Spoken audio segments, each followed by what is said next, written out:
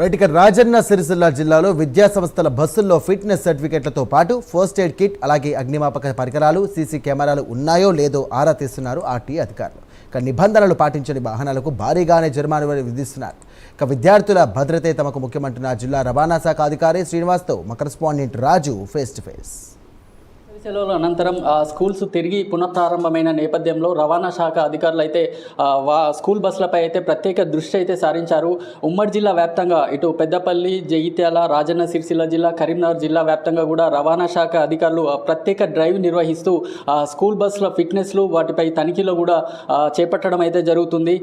ప్రస్తుతం అంటే స్కూల్ బస్సులే కాకుండా పిల్లల్ని తరలించే వాహనాలైన ఆటోలు కావచ్చు, టాటా ఏసీలు కావచ్చు, ఇతర వాహనాలపై కూడా ఆర్టీ అధికారులు అయితే ప్రత్యేక దృష్టి సారించిన పరిస్థితి అయితే నెలకొంది. ప్రస్తుతం ఇదే అంశంపై మనతో మాట్లాడేందుకు రాజన్న సిరిసిల్ల జిల్లా డిటిఓ శ్రీనివాస్ గారు అయితే మనకు అందుబాటులో ఉన్నారు. వారిని అడిగి ఈ స్కూల్ బస్సుల తనిఖీల నేపథ్యంలో మరిన్ని వివరాలు అయితే తెలుసుకుందాం.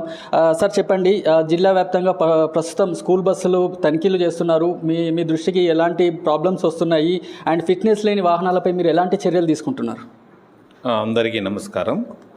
మరి వేసవి సెలవుల అనంతరం మరి పాఠశాలలు, కాలేజీలు మరి పునఃప్రారంభం కావడం జరిగింది.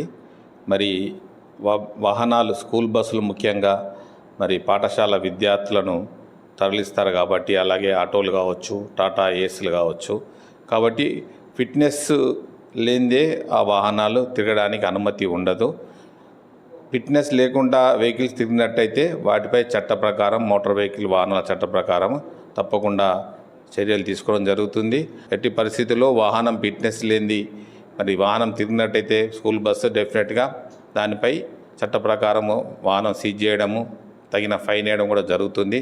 మరి మా రవాణా కమిషనర్ ఆదేశాల మేరకు, అలాగే మా జేటీసీలు, అడిషనల్ టీసీ, అలాగే గౌరవ కలెక్టర్ గారి ఆదేశాల మేరకు మరి మేము చాలా తీక్షణంగా మరి ఈ యొక్క తనిఖీలు చేపట్టడం జరుగుతుంది. ఈ తనిఖీలు కొనసాగుతుంటాయి. దాంతోపాటు విద్యార్థులను తరలించే ఆటోలు అయితేనేమి, టాటా మ్యాజిక్లు అయితేనేమి, ఇతర ఏ వాహనం అయినా కూడా వాటిని కూడా తనిఖీ చేయడం జరుగుతుంది. ఎందుకంటే దాని గురించి కూడా ఒక డేటాబేస్ తయారు చేయమని మా కమిషనర్ గారు మరి కలెక్టర్ గారు ఆదేశించారు. డిఈఓ ద్వారా ఆ మెమో సర్క్యులర్ను ప్రతి పాఠశాలకు పంపడం జరిగినది. అలాగే ఆటో, వాళ్ళ స్కూల్కు వచ్చే ఆటో అయితేనేమి, మరి టాటా ఏసీ అయితేనేమి, ఏ వాహనమైనా మరి విద్యార్థులను తీసుకెళ్లే వాహనాన్ని, ఆ వాహనం నెంబరు, దానికి సంబంధించిన డ్రైవర్ డీటెయిల్స్, వాహనం యొక్క పర్టికులర్స్ కూడా పాఠశాల యాజమాన్యం తీసుకొని మాకు వాళ్ళు ఇచ్చినట్టయితే మేము దాన్ని డేటాబేస్లో తయారు చేస్తాము. అంటే మొత్తానికి పిల్లల భద్రత అయినా కానీ, పిల్లల ప్రయాణం అయినా కానీ అత్యంత సున్నితమైన అంశం. సో ఇప్పుడు స్కూల్ బస్సుల డ్రైవర్లకు కానీ, అందులో ఉండే కేర్ టేకర్లకు కానీ ఎలాంటి ఏదైనా అవగాహన శిబిరాలు కానీ నిర్వహిస్తున్నారా, లేకపోతే ఎలాంటి చర్యలు తీసుకుంటున్నారా ఆ నేపథ్యంలో?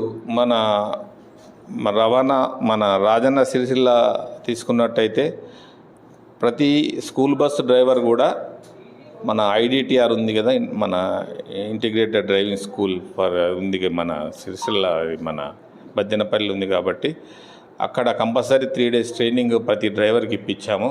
ఆ సర్టిఫికేట్ పొందిన వాళ్ళనే మన వెబ్సైట్లో అప్లోడ్ చేస్తే ఆ సర్టిఫికేట్ ప్రొడ్యూస్ చేస్తేనే ఆ వాహనానికి ఫిట్నెస్ చేయడం జరిగినది. అది చూసి 3 days mandatory training, refresher training లెక్క ఐడిటిఆర్లో ఇప్పించడం జరిగింది అందరికీ.